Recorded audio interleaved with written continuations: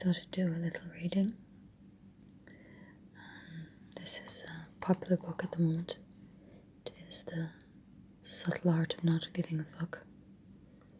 #1 New York Times bestseller. Counterintuitive Approach to Living a Good Life by Mark Manson. What a name. And I just opened the book randomly on page 89 and came across something that I thought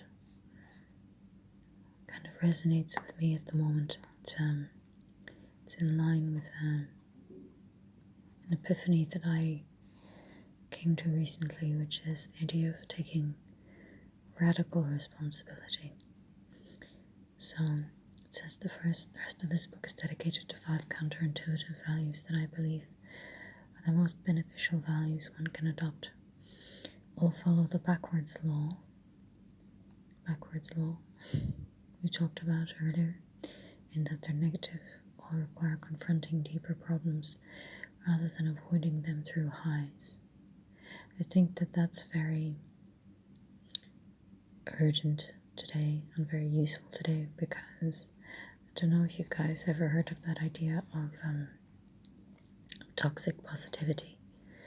It's this idea that basically that you can't just ignore all of your problems, and you can't ignore the seriousness of life and just focus on like rainbows and flowers and saying everything is fine and I feel great and all of that.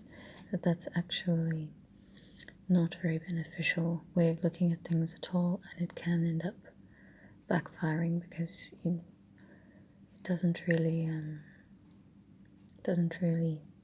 help you deal with the practical business of living, really. Anyway, I'll continue reading. So these 5 values are both unconventional and uncomfortable. To me, they are life-changing.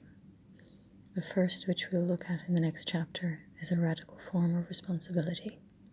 Taking responsibility for everything that occurs in your life, regardless of who's at fault. The second is uncertainty.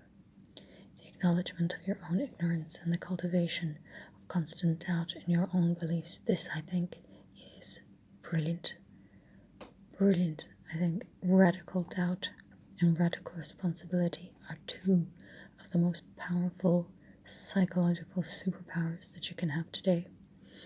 The next is failure, the willingness to discover your own flaws and mistakes so that they may be improved upon. Oh my God, I could have written this book.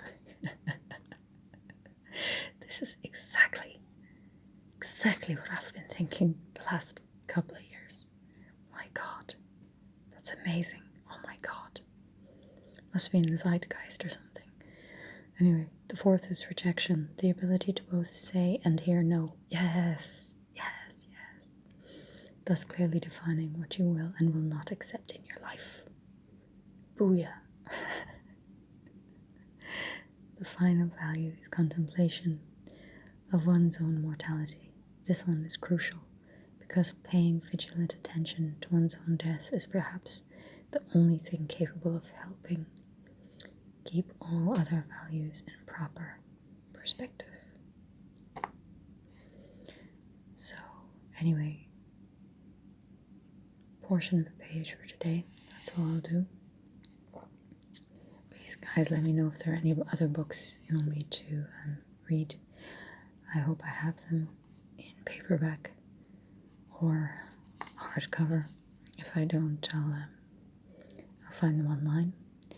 But do let me know what you want me to read next, or if you want to hear my thoughts on anything in general, or you just want to chat. Let me know. Okay. Good night.